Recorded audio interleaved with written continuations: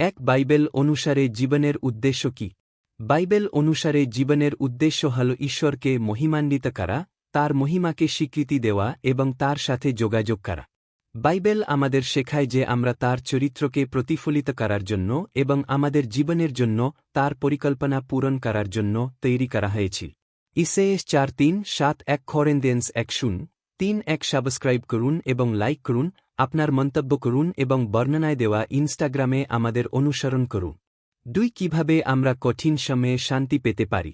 কঠিন সময়ে বাইবেল আমাদেরকে ঈশ্বরের উপর আস্থা রাখতে এবং তার শান্তি খোঁজার জন্য উৎসাহিত করে, যা সমস্ত মানুষের বোধগম্যতাকে ছাড়িয়ে যা। আমরা যখন প্রার্থনা করি এবং ঈশ্বরের সামনে আমাদের উদ্বেগগুলি রাখি, তিনি আমাদেরকে এমন শান্তি দেন যা খ্রিস্ট যিশুতে আমাদের হৃদয় ও মন রক্ষা করে। ফিলিপিও 4:6-7 জন 1:3-3 সাবস্ক্রাইব করুন এবং লাইক করুন, আপনার মন্তব্য করুন এবং বর্ণনায় দেওয়া ইনস্টাগ্রামে আমাদের অনুসরণ করুন। এফেসিয়ান্স 2:8-9 অনুসারে পরিত্রাণকে অনুগ্রহের একটি কাজ হিসাবে বর্ণনা করা হয়েছে, অর্থাৎ মানবতার জন্য ঈশ্বরের কাছ থেকে একটি অযোগ্য উপহার। প্রেরিত পল জোর দিয়েছিলেন যে কেউ তাদের নিজের কাজ বা যোগ্যতার মাধ্যমে পরিত্রাণ অর্জন করতে পারে না।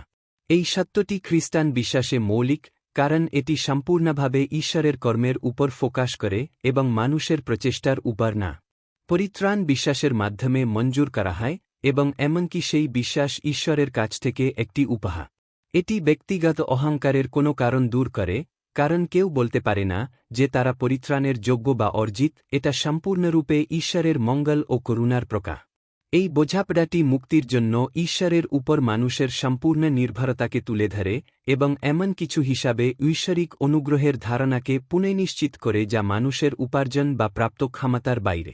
এই সত্যের অংশ হতে আমাদের অবশ্যই যীশু খ্রিস্টকে ত্রাণকর্তা হিসাবে গ্রহণ করতে হবে।